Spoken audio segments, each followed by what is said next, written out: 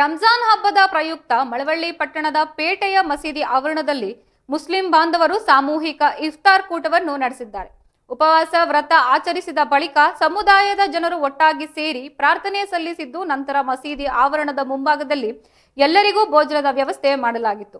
ಈ ಸಂದರ್ಭದಲ್ಲಿ ಮಾತನಾಡಿದ ಮುಸ್ಲಿಂ ಮುಖಂಡ ಅಜೀಬ್ ಪಾಷಾ, ರಂಜಾನ್ ಹಬ್ಬದ ಉಪವಾಸದ ಪ್ರಯುಕ್ತ ಶಾಸಕ ನರೇಂದ್ರ ಸ್ವಾಮಿ ಅವರು ಮಳವಳ್ಳಿ ಪಟ್ಟಣದ ಕೋಟೆ, ಈದ್ಗಾ ಮೊಹಲ್ಲಾ ಮತ್ತು ಪೇಟೆ ಭಾಗದ ಮುಸ್ಲಿಂ ಬಾಂಧವರಿಗೆ ಇಫ್ತಾರ್ ಕೂಟ ಏರ್ಪಡಿಸಿದ್ದಾರೆ ಎಂದು ತಿಳಿಸಿದ್ದಾರೆ. ಅಲ್ಲದೆ ಶಾಸಕ ನರೇಂದ್ರ ಸ್ವಾಮಿ ಅವರು ಮುಂದಿನ ದಿನಗಳಲ್ಲಿ ಸಚಿವ ಸ್ಥಾನ ಸಿಗಲೆಂದು ದೇವರಲ್ಲಿ ಪ್ರಾರ್ಥಿಸುವುದಾಗಿ ತಿಳಿಸಿದ್ದು, ಇಫ್ತಾರ್ ಕೂಟದಲ್ಲಿ ಭಾಗವಹಿಸಿದ ಪರಸ್ಪರ ಶುಭಾಶಯ ವಿನಿಮಯ ಮಾಡಿಕೊಂಡಿದ್ದಾರೆ.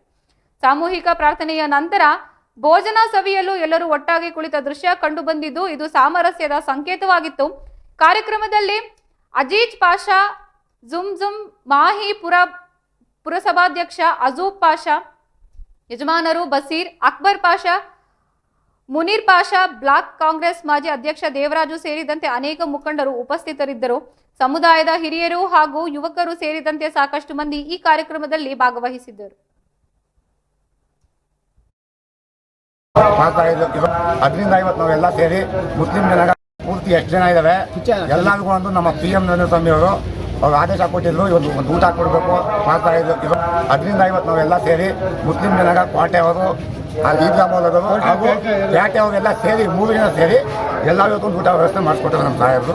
ಅದಕ್ಕೆ ಒಂದು ಊಟ ಮಾಡ್ತಾ ಇದ್ದೀವಿ.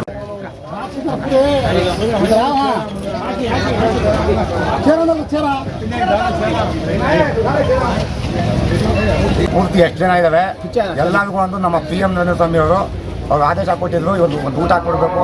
10-50 ನಾವೆಲ್ಲ ಸೇರಿ ಮುಸ್ಲಿಂ ಜನ ಪೂರ್ತಿ ಎಷ್ಟು ಜನ ಇದ್ದಾವೆ ಎಲ್ಲರಿಗೂ ಒಂದು ನಮ್ಮ PM ನರೇಂದ್ರ ಸ್ವಾಮಿ ಅವರು ಆದೇಶ ಕೊಟ್ಟಿದ್ರು, ಒಂದು ಊಟ ಕೊಡಬೇಕು.